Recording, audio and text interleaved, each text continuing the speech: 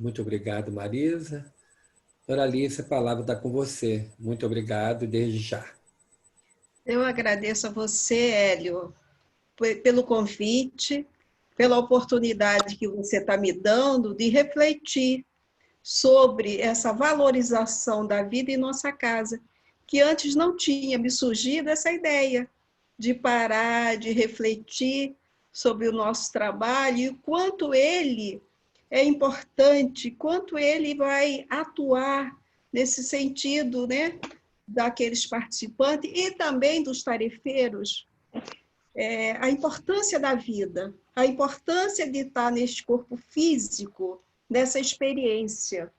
E a nossa casa, ela desde o início da sua fundação, ela tem nos seus fundamentos a valorização da vida. E a valorização da vida nas duas dimensões, a vida no plano espiritual e a vida no plano físico. Então, eu trouxe para iniciar a nossa reflexão um trecho do livro Momentos de Saúde, de Joana de Ângeli, ditada ao nosso querido Divaldo Franco. E Joana diz assim: a vida humana é um dom supremo que deve ser preservada e utilizada com eficiência, dilatando-a ao máximo, a fim de se recolherem os benefícios que faculta. Emanação divina, a vida é a presença do psiquismo superior manifestando-se em toda parte. Então, quando ela fala de preservar, né, essa vida humana, utilizada com eficiência e dilatar ao máximo, é o que a gente percebe desde o nosso primeiro paciente, o quanto foi importante a manutenção da vida física dele e preservar e até o último, aquele último momento do desgaste da sua vitalidade física. E em nenhum momento se pensou em abreviar um pouco esse sofrimento, mas ele levou a vida física até o último momento. E nós, tarefeiros que lá estávamos, que tínhamos conhecido ele saudável, jovem, bonito, ao reencontrar já naqueles momentos que antigamente chamava paciente terminal, com muitas sequelas do HIV. E primeiro foi aquele choque inicial, mas ele ficou na nossa casa o tempo necessário que ele precisava para resolver algumas questões, né? E essa história, é o primeiro caso que eu vou citar aqui, está no livro Amor e Vida. Esse livro, Amor e Vida, para quem não conhece, relata a história da nossa casa desde a época 60 antes de Cristo, que é a primeira história que é relatada no livro.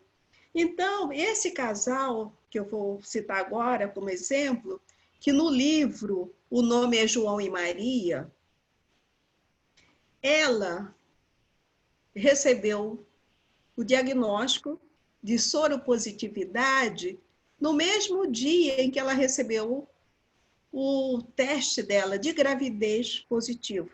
Então, os 2 testes que ela fez foi positivo. Então, naquela época, 1991, em que, ao receber um diagnóstico de soropositividade da AIDS, do HIV, era uma sentença de morte. Então, ela, claro, com o médico dela, assistente, diante desses 2 testes positivos, o médico orientou a ela a fazer o aborto.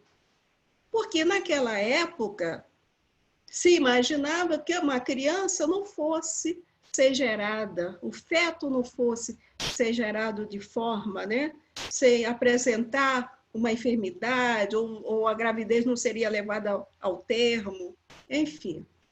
Mas ela então procurou, ela já frequentava um grupo espírita no Rio, então ela procurou um grupo. E lá ela foi orientada a procurar um médico aqui em Niterói, que no livro se chama Amadeu, para ser esclarecida, já que esse médico estava pesquisando a AIDS, estava interessado, embora ele fosse cardiologista, estava interessado em pesquisar a AIDS. E ela veio.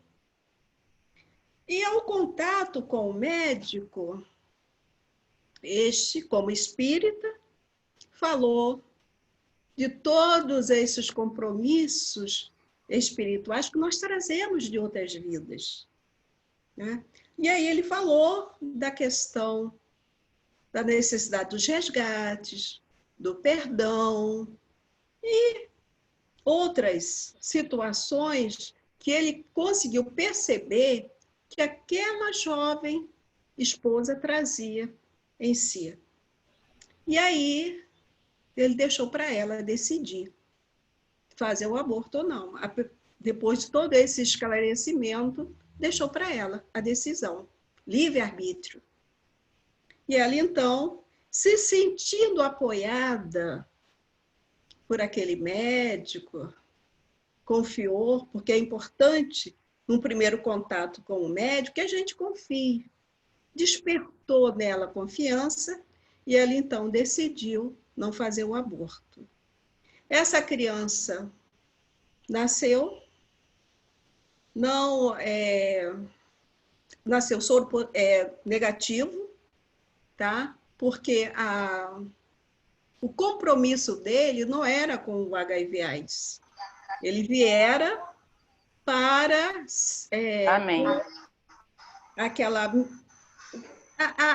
o resgate dele era com a orfandade. Então ele veio, não foi positivo, né? E aí o João, nesse período todo de gravidez, ele foi agravando a situação de saúde dele. Foi levado à casa, ficou no estágio muito avançado da doença durante 2 meses, e ele, então, desencarna na casa.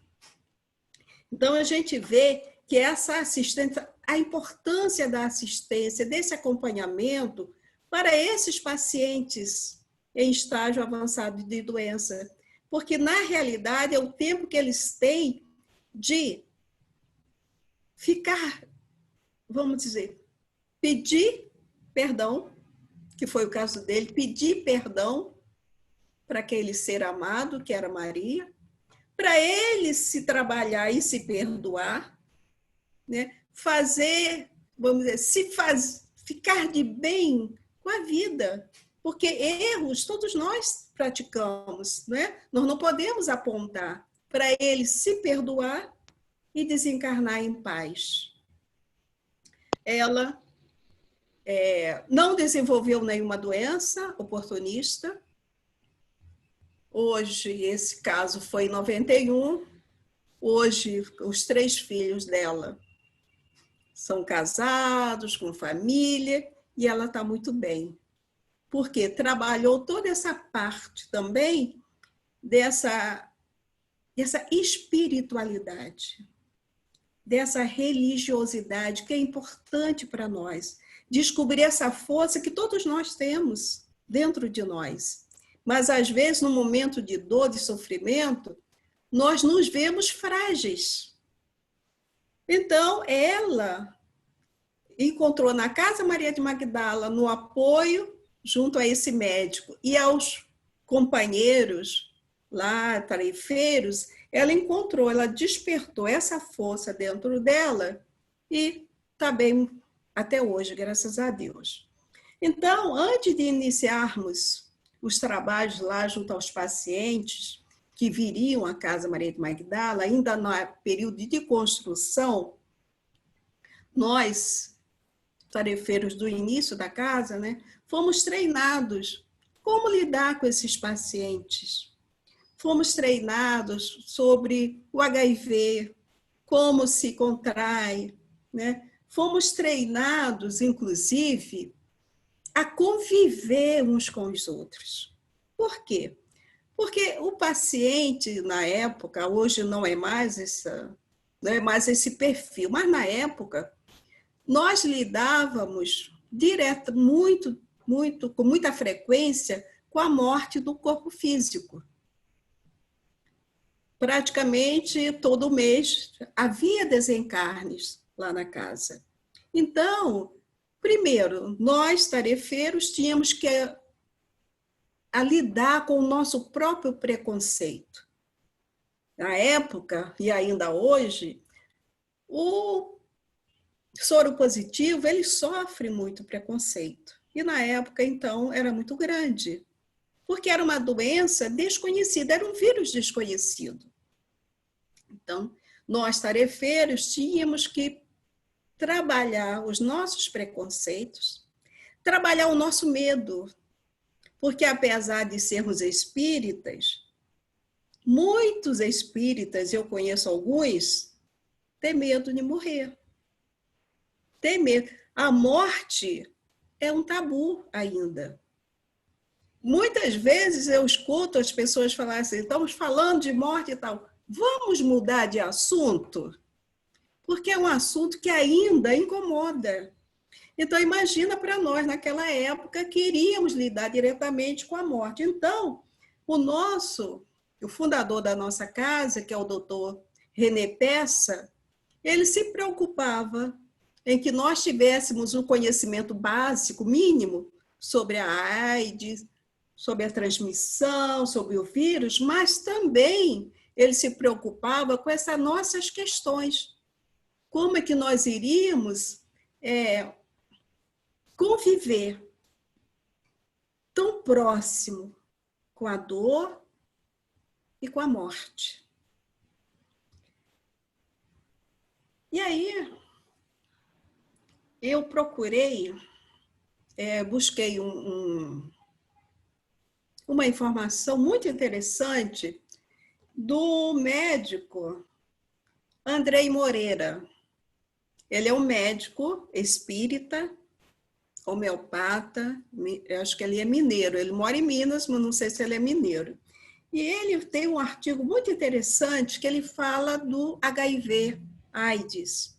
E ele diz assim, o padrão mental e emocional do portador do vírus, bem como as mudanças que se faça para tornar-se mais amoroso consigo mesmo e com o próximo, mais cuidadoso com as suas relações afetivas e com os compromissos assumidos com os outros corações, atuarão diretamente na intimidade das células e do sistema imunológico, ativando as defesas naturais do corpo e inibindo a replicação do vírus.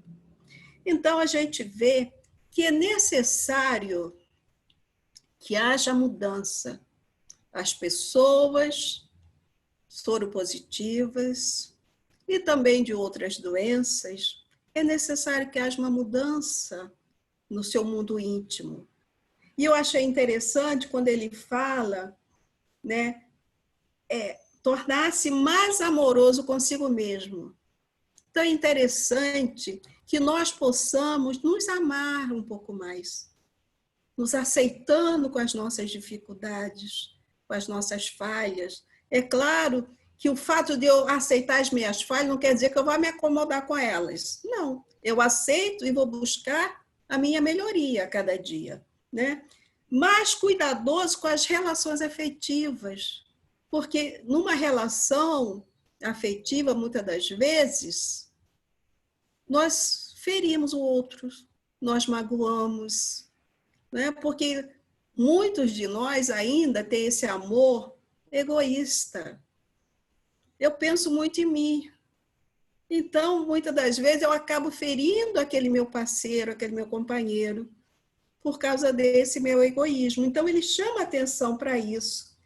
E com relação aos compromissos assumidos com outros corações.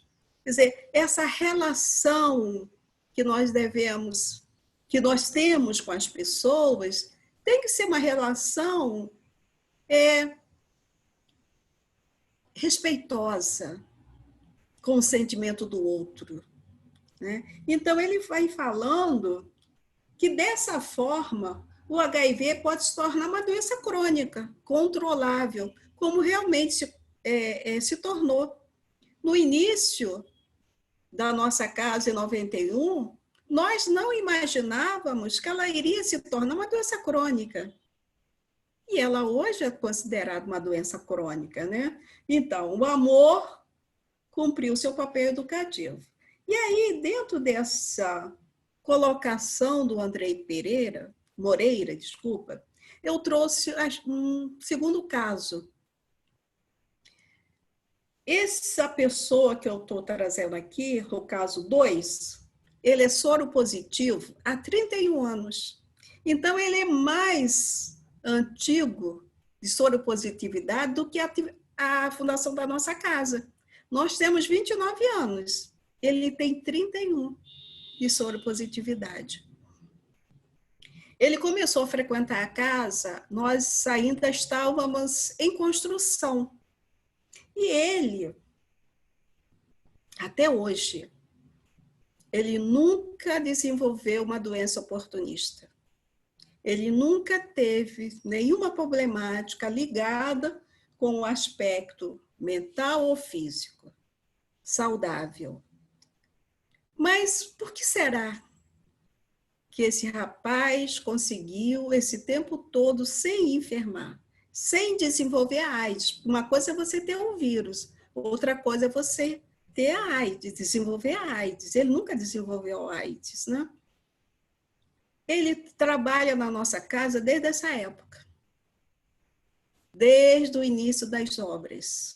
Ele trabalha na nossa casa, esse trabalho voluntário, esse trabalho de doação.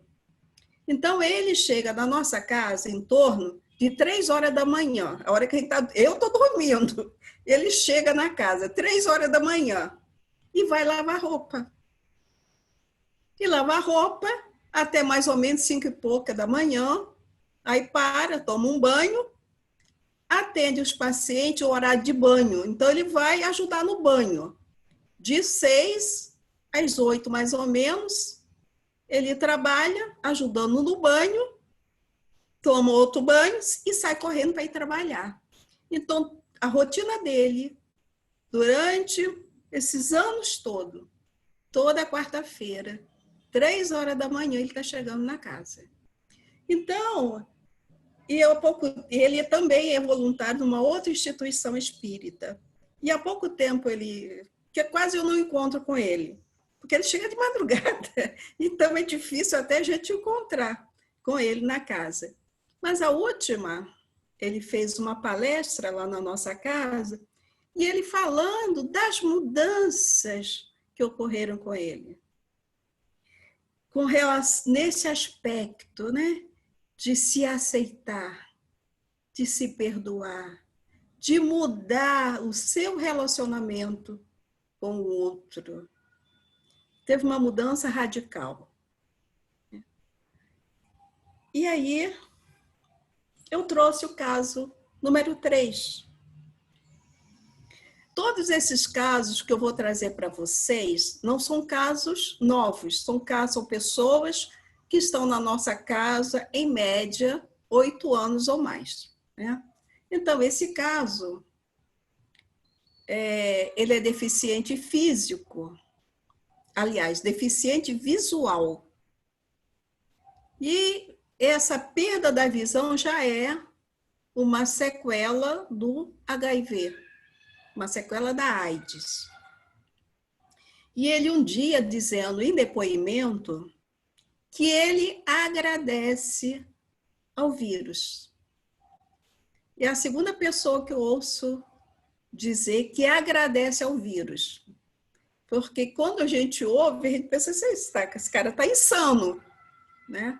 Mas ele agradece ao vírus, dizendo que se não fosse o vírus, ele não estaria mais vivo. Ele já teria morrido. Porque a vida dele sempre foi de curtição. Não dava importância à saúde. Era jovem, cheio de vida, Então, para ele não dava importância essa questão de saúde. E aí foi contaminado. Foi contaminado, logo depois desenvolveu a AIDS, e aí vem a sequela, né, dessa perda da visão. E ele está na nossa... Ele agora não frequenta mais a nossa casa, ele mantém o vínculo da casa, mas não tem vindo com a frequência que ele vinha antes, mas ele diz que ele agradece a casa que ajudou nessa mudança dele, nesse apoio que ele recebeu da casa e a toda essa orientação que ele recebeu, todo esse apoio. E aí, há 5 anos atrás, ele encontrou uma companheira lá na nossa casa. Estão 5 anos juntos. Ela também soro positivo, ela não tem sequela, e estão juntas há 5 anos. Então, houve uma mudança radical na vida desse jovem. Convive bem com essa perda da visão, ele conseguiu se adaptar, conseguiu desenvolver outras formas, né, de ver a vida, de ver o mundo, e tá, graças a Deus, está bem. E ela frequenta mais a casa, ele quase não vai, mas está sempre mantendo contato com a casa. Outro caso que eu queria trazer para vocês é de ela é o caso 4, né? Ela sempre, desde pequenina, ela frequentava a nossa casa. A avó é uma senhora que tem 4 netos. 3 netos são filhos de uma filha dela, que era soro positivo, que desenvolveu a AIDS e faleceu. E essa 4ª neta é de uma outra filha e que ela acabou também criando. E nós temos lá, na nossa casa, várias atividades envolvendo as famílias. E uma delas é um grupo de convivência. Então, esse ano nós paramos, né? Mas nós temos esse grupo já há vários anos. Toda quinta-feira, um grupo de convivência. E nesse grupo de convivência, nós tratamos de vários assuntos. Eu gosto muito de trabalhar com metáforas, né, Hélio? Hélio sabe disso. Eu gosto muito de trabalhar com metáfora, contar história. Então, eu conto a história e essa história nós trazemos para a nossa vida atual. Damos várias interpretações, porque a metáfora, ela dá oportunidade de você trazer vários assuntos, né, relacionados com aquela história e trazer para a nossa vida, para o nosso momento. E a gente sempre trabalhou assim. E essa avó, ela participava sempre desse grupo. E ela trazia essa neta, uma neta só que ela trazia. E era uma menina, começou mais ou menos, devia ter uns 6, 7 anos. E muito irrequieta, como toda criança nessa idade. E eu até não gostava muito que a criança viesse, porque é uma reunião de adultos. Mas ela não tinha com quem deixar a menina, acabava trazendo. Mas aí eu procurava colocar ela afastada do grupo de senhoras. Aí dava papel para desenhar, dava coisa, e ela ficava brincando, indo, subindo, descendo, enfim. Cresceu, né? Mas mesmo nessa época, voltando um pouco atrás, em toda final do grupo, nós fazíamos uma avaliação. Ele faz uma avaliação dos temas abordados, como nós estávamos nos sentindo, e fazíamos lá uma oração. Mas eu utilizo a oração da serenidade. porque eram várias reuniões, religiões ali reunidas na oração da serenidade. E quando nós íamos começar a avaliação, ela sempre vinha. Aquela criança surgia. Do nada, a criança surgia. Porque ela gostava de participar da avaliação. E aí, ela sempre me surpreendia. Porque ela avaliava a reunião como se ela tivesse participado de tudo, avaliava as pessoas e os assuntos tratados.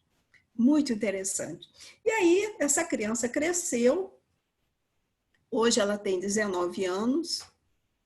A avó desencarnou há dois meses atrás, mais ou menos, de Covid. Desencarnou, deixando esses 4 netos. Sendo que todos agora na faixa de 19, 20 anos e tal. Todos morando na mesma casa.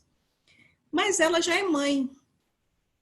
Ela já tem um filho que vai fazer 3 anos de idade. E agora está grávida de novo. Nos exames realizados, foi constatado que o feto está com uma má formação. Não teve definição ainda. O que essa má formação vai acarretar para essa criança? Só se sabe que o feto está com uma má formação. E aí, para surpresa minha, o técnico que fez o exame de ultrassonografia chamou ela e disse: olha, essa criança tem má formação. Se eu fosse você, eu tiraria. E indo ao médico, para surpresa maior, o médico aconselhou a ela: busque uma assistência jurídica para que você tire esse feto. E aí ela nos procurou, eu fiquei sabendo dessa situação, ela nos procurou, conversamos, e no final eu perguntei para ela: e aí? O que você decidiu? Você ouviu durante anos as nossas reuniões, entendia perfeitamente, começou desde pequena, entendia perfeitamente toda a orientação da casa, o que nós pensamos, o nosso posicionamento. O que você decide? O que você decidiu? E ela falou assim: ah, tia, eu entreguei o meu bebê a Deus e não vou fazer o aborto. Então, eu fiquei assim muito emocionada, claro, né? Eu me emociono até agora, quando me lembro do caso. É uma menina simples, pobre, mas de uma inteligência muito grande, né? E ela disse isso: não, tia, eu já entreguei meu bebê a Deus e vou levar a gravidez até o final, né? Já foi encaminhada para uma maternidade especializada, né, em gestação de risco, até pela idade dela, mas ela está muito bem. E é claro que a casa vai continuar apoiando esse caso, né? E aí, a gente sabe que viver e conviver com o HIV/AIDS ou com qualquer outra doença crônica que exija tomar muitos remédios diariamente, não é fácil. No início, a gente sabia que tinha pacientes que tomavam de uma vez 8 comprimidos. 8 de manhã, 8 de noite. E claro que tem os efeitos colaterais. Existe muito efeito colaterais. Então, hoje, foi reduzido essa medicação específica para o vírus, né? O antirretroviral hoje é mais ou menos 2 comprimidos só, a grande maioria. reduziu. Mas existem outros medicamentos que vêm complementar esse. Mas mesmo que seja 2, você saber que você vai tomar esses comprimidos até o final do teu, da sua vida física, não é fácil você assumir esse compromisso. Então, é muito importante que as pessoas tenham realmente disciplina, que tenham boa vontade, que queira viver. Porque senão você toma um mês, no mês seguinte você começa a relaxar. Então, é difícil, eu reconheço que é difícil. Então, esse é um aspecto da casa que a gente tem que estar sempre atento com relação às famílias que nós atendemos. Os pacientes albergados, não, porque é a casa que dá. Eles querendo ou não, a casa dá aquela medicação, né? Mas as famílias, elas que têm que realmente assumir esse compromisso com a sua vida, essa disciplina. Então, na medida em que a pessoa está passando um momento de fragilidade, todos nós passamos um momento de fragilidade na nossa vida, né? Um momento de fraqueza, e aí acaba abandonando o tratamento. Então, nós temos, assim, muitos casos e que nós temos que estar sempre acompanhando para que isso não ocorra. Então, o caso 5 que eu trago para vocês é de uma jovem que também, essa é soro positivo desde bebê. Hoje, ela está na faixa também de 20 anos, que já tem um filho de 3 anos, não é soro positivo a criança, e eu soube que ela estava internada com pneumonia após ter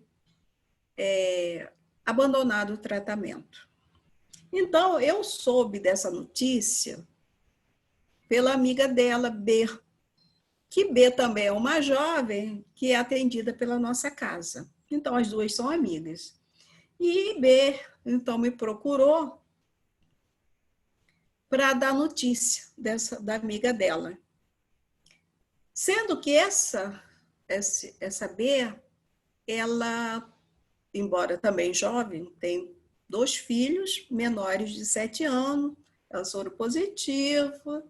E aí, quando me contou o caso, falou assim para mim, sabe, tia, eu também estou pensando seriamente em abandonar o tratamento.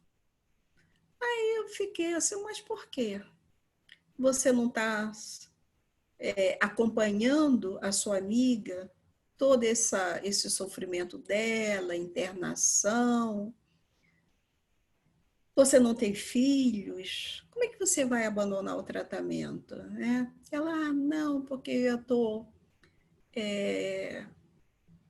querendo dar um jeito na vida, já estou muito desgastada, enfim, ela foi falando da problemática dela e com a decisão de abandonar o tratamento.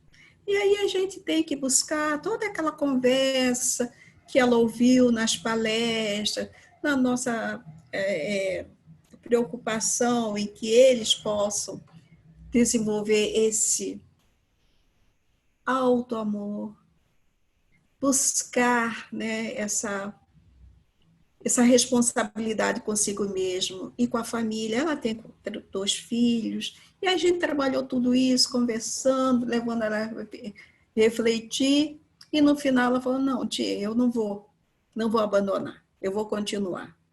Então tá. Aí no mês seguinte, M me procura.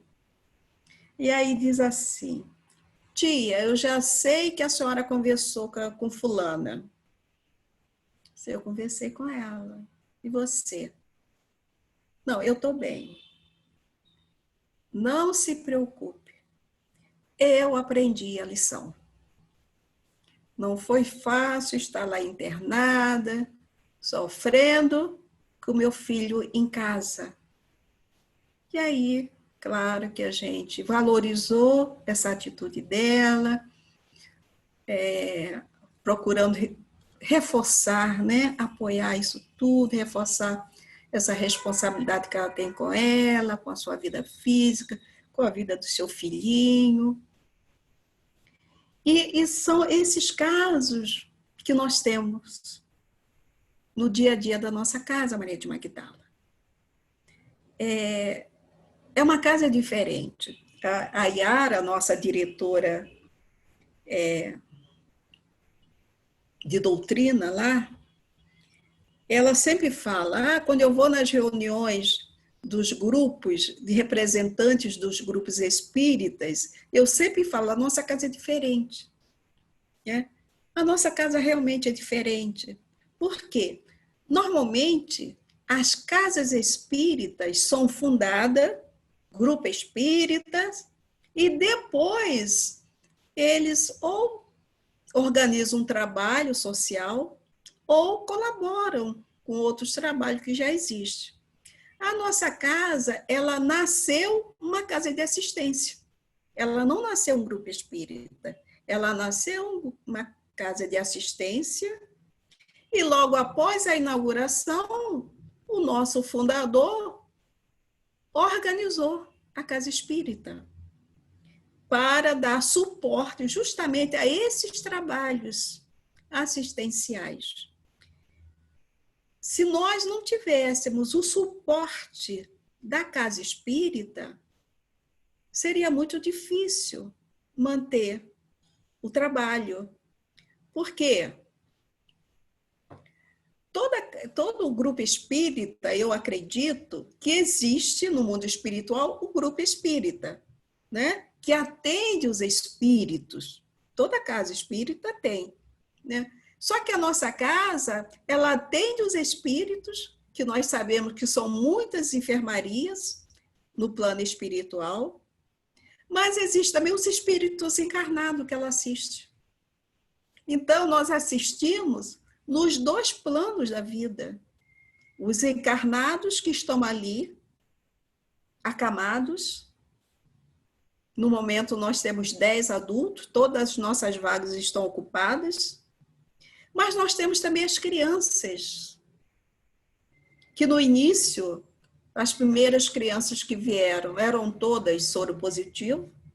Hoje em dia, graças a Deus, poucas crianças continuam soro positivo, pelo avanço do tratamento, pela melhoria dos medicamentos. Hoje, raramente uma criança se torna soro positivo, né? Então, são muito poucas. Hoje, a nossa casa abriu para atender crianças em condições de vulnerabilidade social.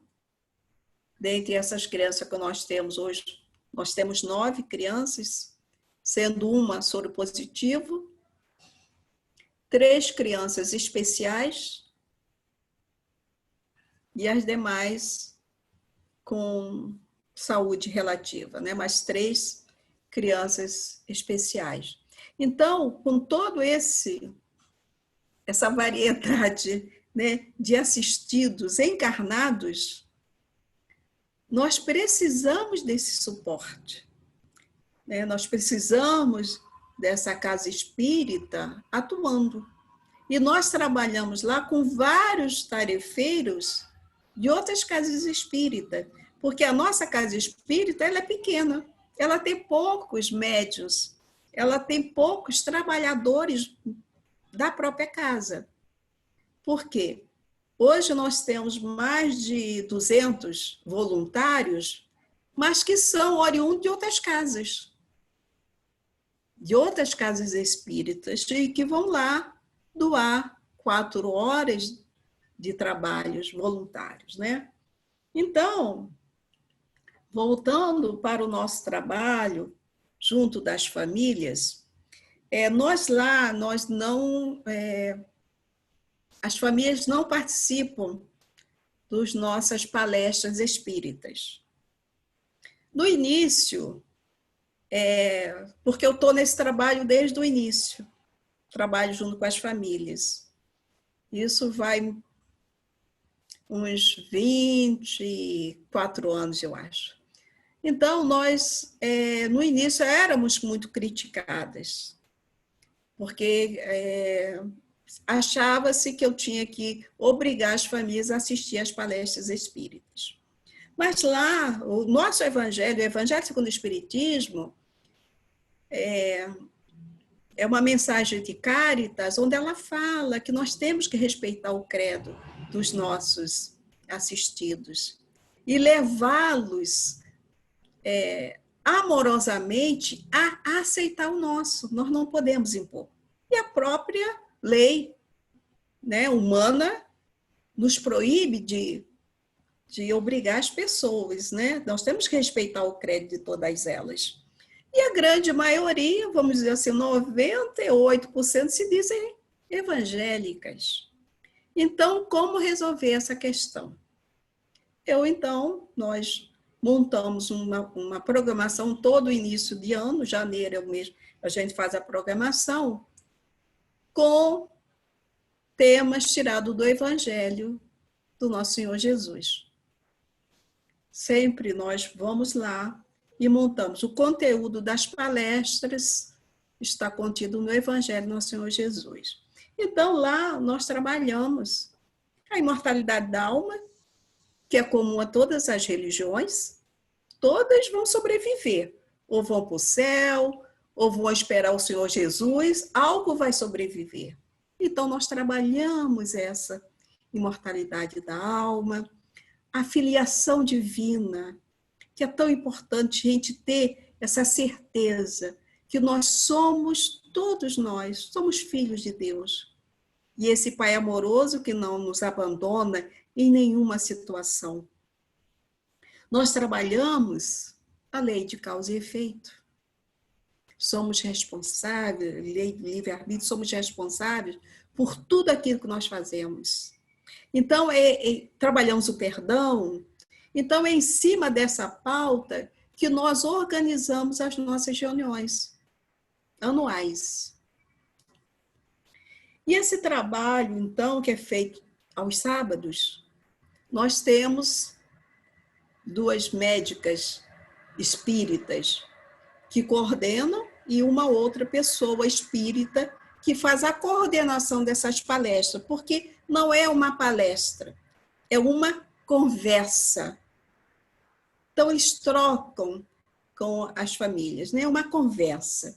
E lá, nessa avaliação agora, que nós aproveitamos para fazer, e eu agradeço ao Hélio por me dar essa oportunidade de parar e avaliar todo esse trabalho. Então, o que nós podemos pensar, né?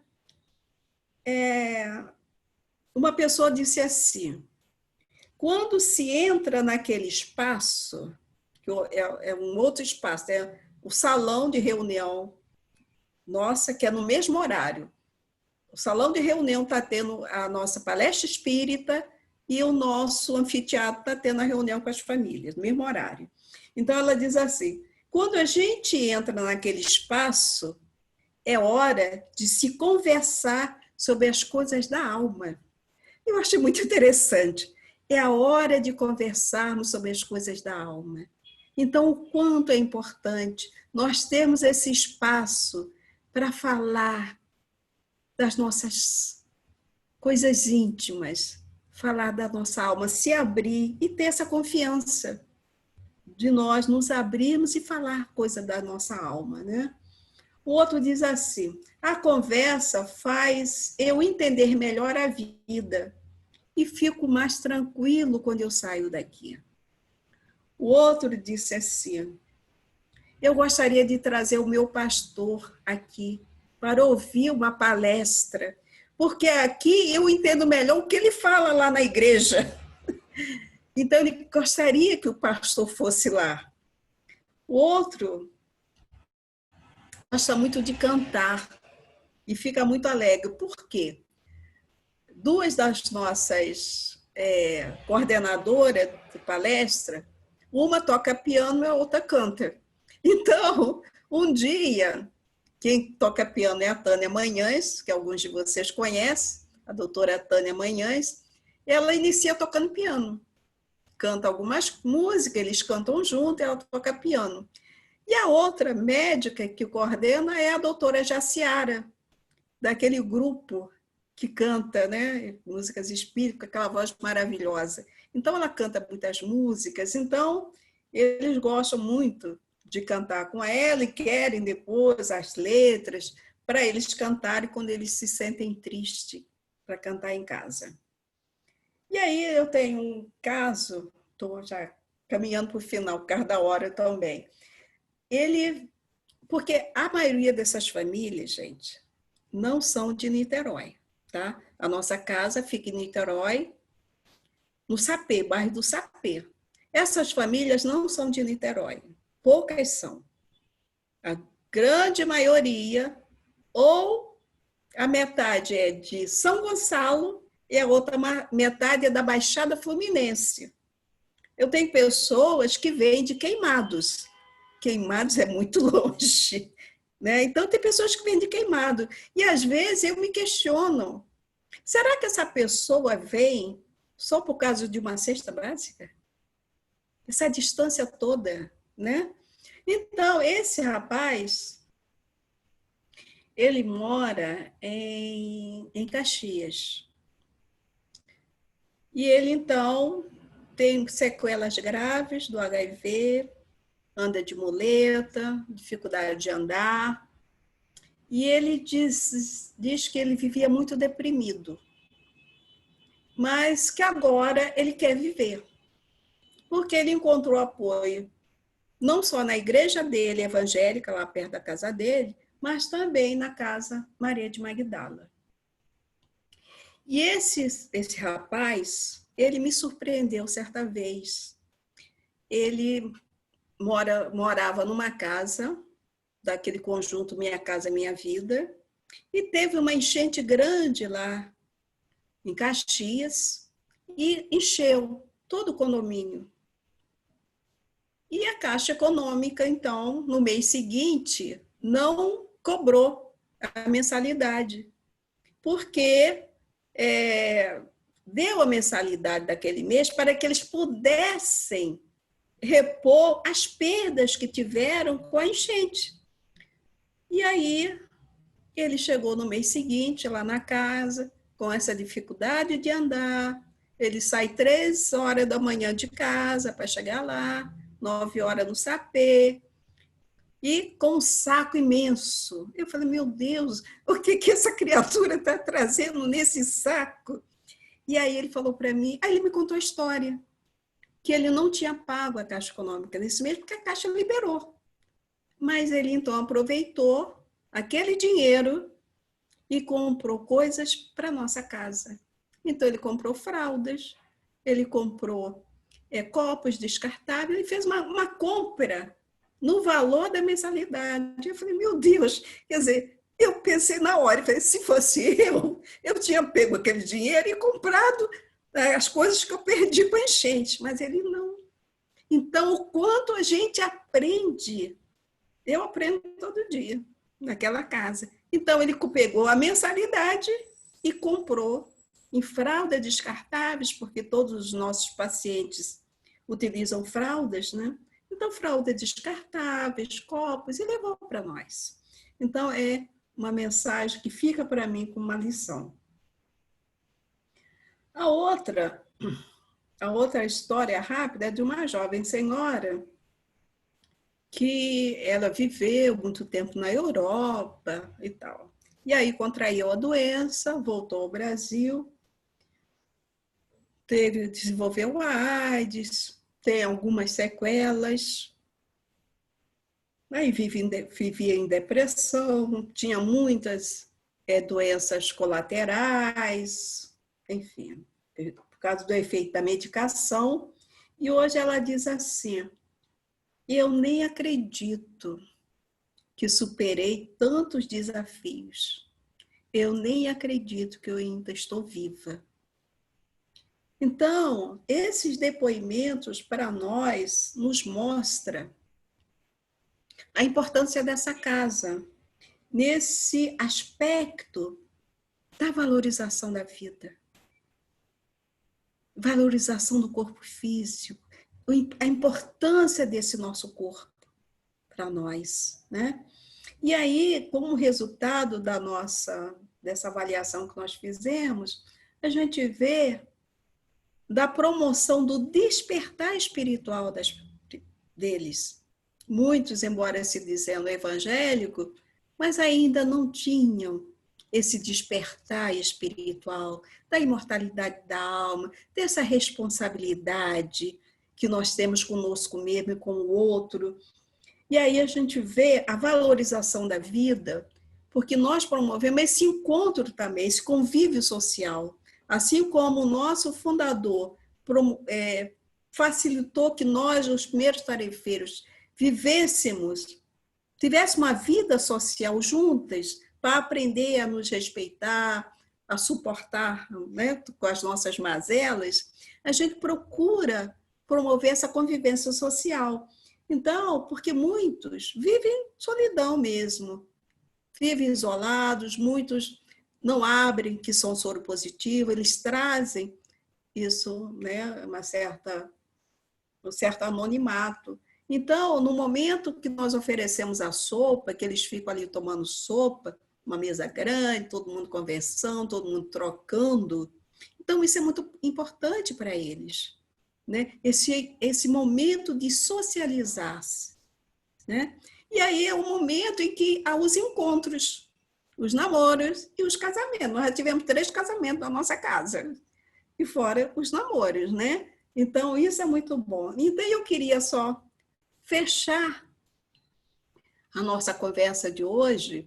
Eu trouxe uma pequena mensagem do nosso benfeitor, Inácio, que está no livro Amor e Vida, no livro que conta a história sobre a visão espiritual da nossa casa até a década de 70, né? Começou lá no ano 60 antes de Cristo, e aí vem 3 reencarnações desse casal, que eu iniciei dando o exemplo, João e Maria, até agora a década de 70. Então, Inácio, ele diz assim: a moléstia com que a humanidade aprende a conviver no apagar das luzes do 2º milênio é uma dádiva de Deus para os espíritos delituosos e rebeldes do ontem, e que todos nós, devedores das jornadas passadas, somos passíveis de contraí-la para a correção definitiva dos nossos erros. Há espíritos em evolução que a escolhem no mapa das necessidades na vida terrena para, através da dor resignada, também conduzir os seus entes queridos ao amor. Então, a AIDS, ela veio para corrigir em definitivo aquele espírito devedor que aceitou conviver com essa enfermidade, mas também veio para que os familiares, os entes queridos, aprendam a amar. Né? Então, é um aprendizado que não é individual, é um aprendizado coletivo da família. E nós, da Casa Maria de Magdala, nós nos chamamos, nos intitulamos uma família, Família Magdala. Então, se é Família Magdala, todos nós estamos ali para aprender, todos nós, né? Então, obrigada, Hélio, pela oportunidade de falar um pouco da nossa casa, de mostrar como é que a gente vem atuando nesse aspecto, né? Da valorização da vida. Obrigada. Eu que agradeço, Dorinha.